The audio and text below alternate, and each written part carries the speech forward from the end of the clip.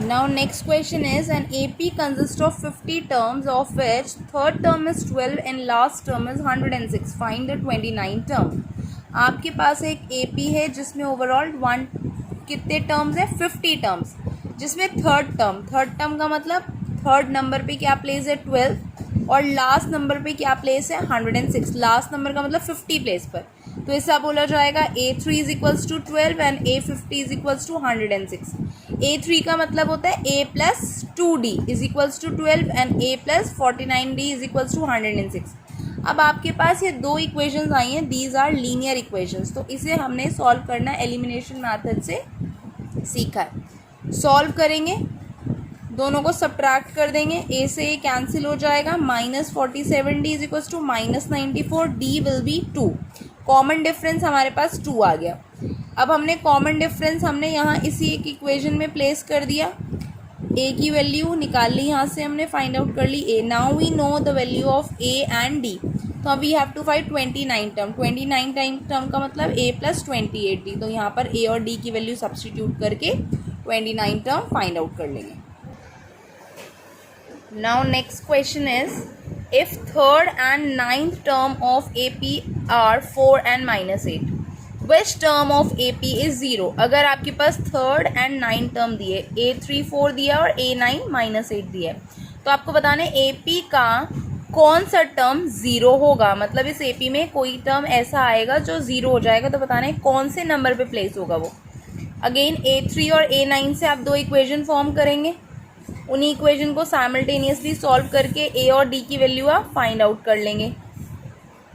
D आ जाएगा -2, A will be 8.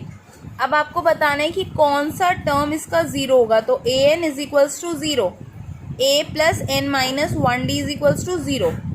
A will be 8, n minus 1, D की वैल्यू -2 is equals to 0.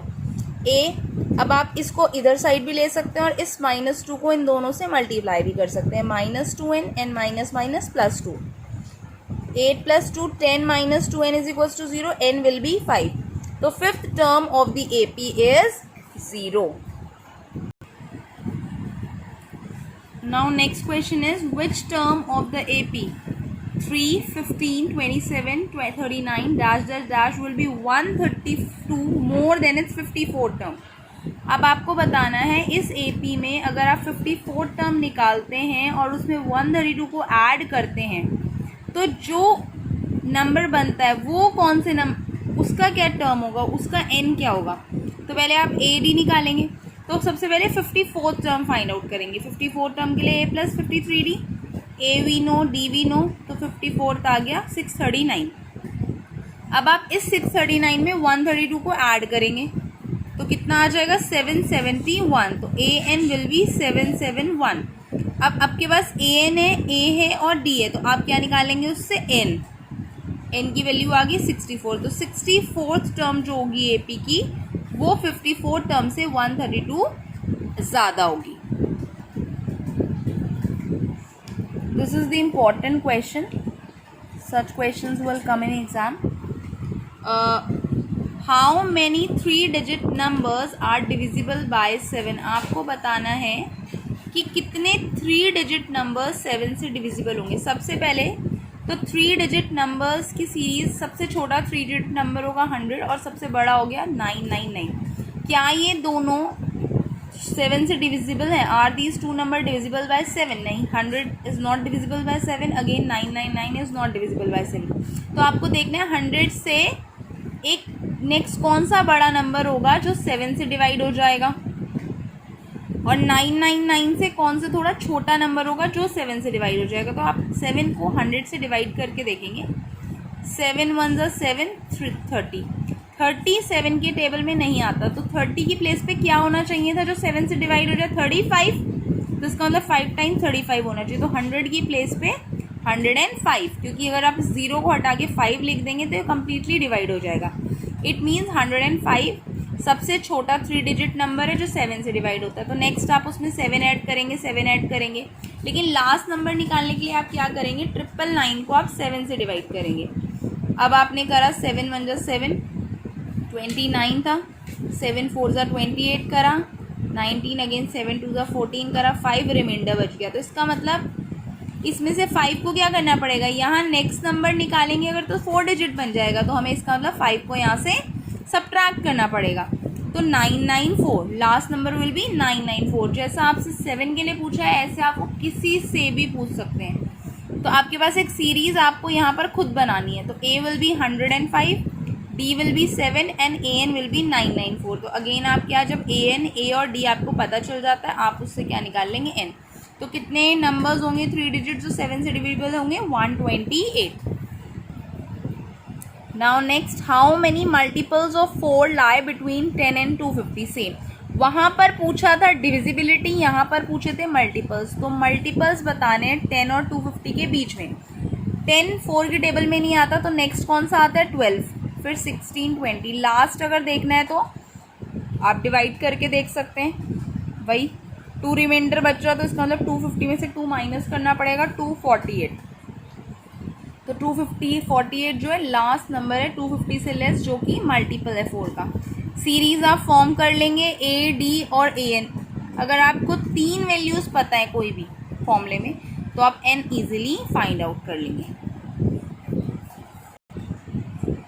Now next is find the 20th term from the last term of the AP। यहाँ पर एक important बात है, from the last, तो ये भी अपने आप में एक इम्पॉर्टेंट क्वेश्चन है। आपके पास AP है लेकिन आपको लास्ट से 20th टर्म निकालना है, लास्ट से। तो फॉर्मूला यही लगाएंगे, ये इजी रहता है, AN is equals to A plus N minus 1D। बस यहाँ पर A को आप यहाँ से ना ले करके ये ले लेंगे, A ये ना ले करके पीछे से A ले लेंगे। D को अगर आप यूजुअली 8 में से 3 माइनस करते थे, जब आप लास्ट से सीरीज शुरू करेंगे तो उल्टा D निकालेंगे, 3 माइनस 8, तब D आप उल्टा निकालेंगे लास्ट के केस के लिए, और A आपको ये बन जाएगा, AN ये बन जाएगा, और D क्या हो जाएगा 8 माइनस 3 की जगह 3 माइनस 8। इसको आपने ध्यान रखना है। AN is equals to A plus N minus 1D। A 20 निकालना है तो A plus 19D। A will be 253, D will be -5 sorry. So 253 minus 95. So A50 from the last term is 158. Now next is the sum of 4th and 8th term of an AP is 24 and sum of 6th and 10th term of an AP is 44. Find the first 3 terms of the AP. This is also important. Applications of AP are important कि किस तरीके से question आपसे वो थोड़ा सा घुमा कर पूछेंगे। A4 और A8 का सम 24 है, तो A4 मतलब A प्लस 3D, A8 मतलब A plus 7D is equals to 24। तो A को आपने एक साथ लिया 2A, D को आपने एक साथ लिया 10D।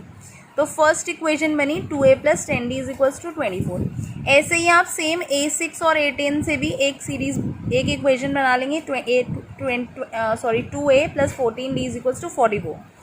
Now we have 2 equation. अब आप देख सकते हैं आप इनमें से 2 कॉमन ले सकते हैं, तो ये क्या बन जाएगा A plus 5D is equals to 12, और यहाँ पर क्या बन जाएगा आप कॉमन लेंगे तो A plus 7D is equals to 22। आपने दोनों को अगेन साइमल्टेनियसली सॉल्व करा, D की वैल्यू आई आपके पास, D की वैल्यू आ गई है 5। D की वैल्यू 5 निकाल ली, तो उससे आप उन दोनों में से किसी भी एक इक्वेशन में पुट करके A की वैल्यू -3 निकाल लेंगे। अब आपको निकालने हैं 3 टर्म्स AP के। तो AP की टर्म्स क्या होती है, A plus D, A plus 2D, अगर नेक्स्ट भी पूछते तो A प्लस 3D। तो यहाँ पर A और D की वैल्यू सब्स्टिट्यूट